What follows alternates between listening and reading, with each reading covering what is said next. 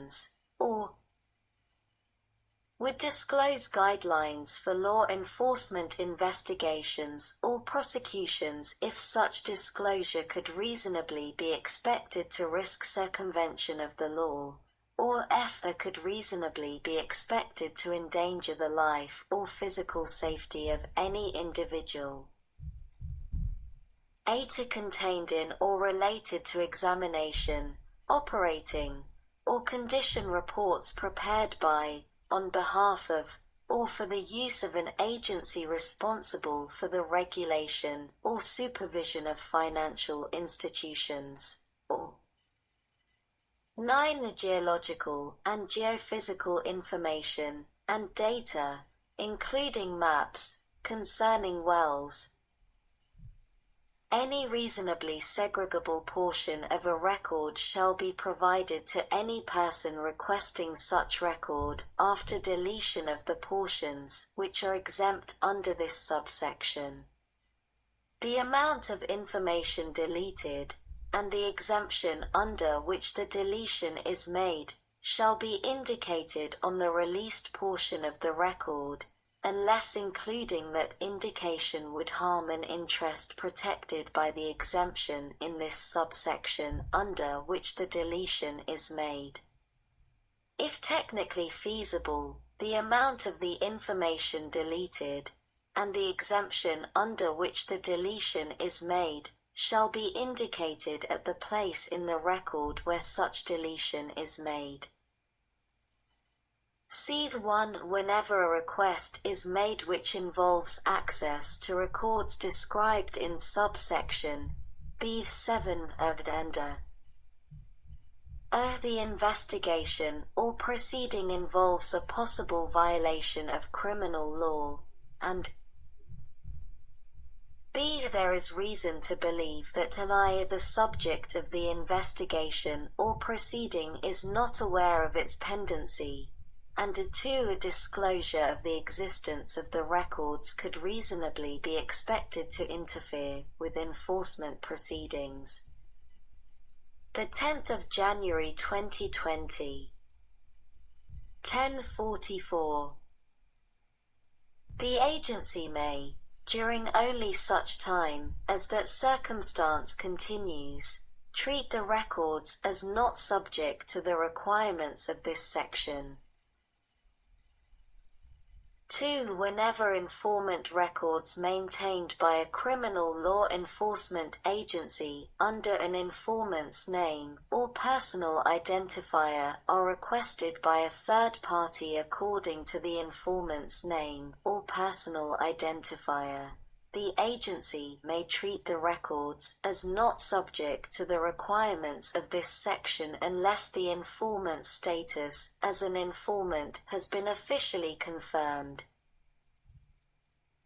3. Whenever a request is made which involves access to records maintained by the Federal Bureau of Investigation pertaining to foreign intelligence or counterintelligence, or international terrorism, and the existence of the records is classified information as provided in subsection B1, the Bureau may, as long as the existence of the records remains classified information, treat the records as not subject to the requirements of this section.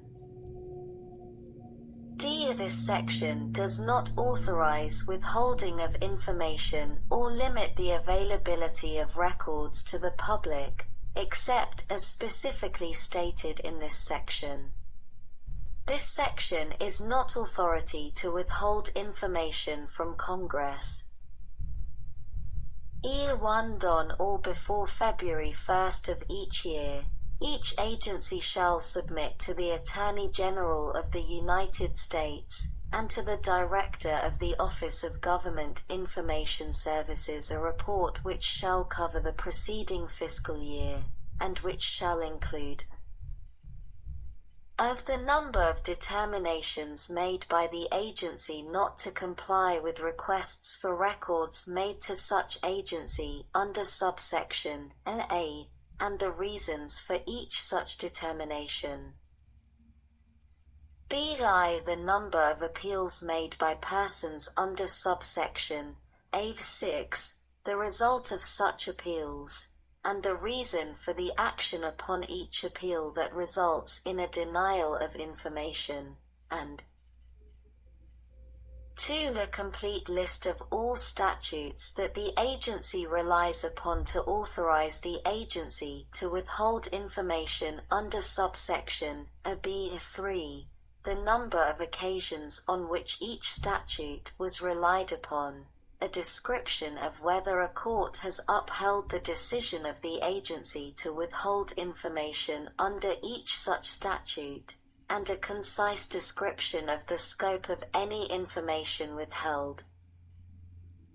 C. The number of requests for records pending before the agency as of September 30th of the preceding year, and the median and average number of days that such requests had been pending before the agency as of that date. D. The number of requests for records received by the agency, and the number of requests which the agency processed. E. The median number of days taken by the agency to process different types of requests, based on the date on which the requests were received by the agency. F. The average number of days for the agency to respond to a request beginning on the date on which the request was received by the agency, the median number of days for the agency to respond to such requests, and the range in number of days for the agency to respond to such requests.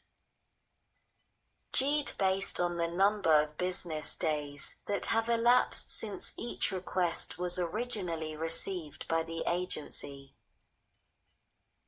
I. The number of requests for records to which the agency has responded with a determination within a period up to and including 20 days, and in 20-day increments up to and including 200 days.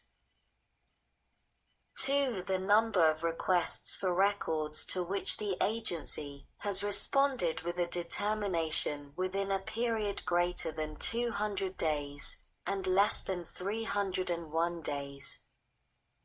The 10th of January 2020. 11:44. 3. The number of requests for records to which the agency has responded with a determination within a period greater than 300 days and less than 401 days, and 4. The number of requests for records to which the agency has responded with a determination within a period greater than 400 days. H. The average number of days for the agency to provide the granted information beginning on the date on which the request was originally filed, the median number of days for the agency to provide the granted information, and the range in number of days for the agency to provide the granted information. I. The median and average number of days for the agency to respond to administrative appeals based on the date on which the appeals originally were received by the agency, the highest number of business days taken by the agency to respond to an administrative appeal, and the lowest number of business days taken by the agency to respond to an administrative appeal. J. Data on the 10 active requests with the earliest filing dates pending at each agency, including the amount of time that has elapsed since each request was originally received by the agency. K. Data on the 10 active administrative appeals with the earliest filing dates pending before the agency as of were originally received by the agency. L. The number of expedited review requests that are granted and denied, the average and median number of days for adjudicating expedited review requests, and the number adjudicated within the required 10 days. m. the number of fee waiver requests that are granted and denied, and the average and median number of days for adjudicating fee waiver determinations, n. the total amount of fees collected by the agency for processing requests, o. the number of full-time staff of the agency devoted to processing requests for records under this section, and the total amount expended by the agency for processing such requests. P. The number of times the agency denied a request for records under subsection C. And Q. The number of records that were made available for public inspection in an electronic format under subsection A2. 2. Information in each report submitted under paragraph 1 shall be expressed in terms of each principal component of the agency, and for the agency overall. 3. Each agency shall make each such report available for public inspection in an electronic format. In addition, each agency shall make the raw statistical data used in each report available in a timely manner for public inspection in an electronic format, which shall be made available, without charge, license, or registration requirement, b. in an aggregated, searchable format, and c. in a format that may be downloaded in bulk.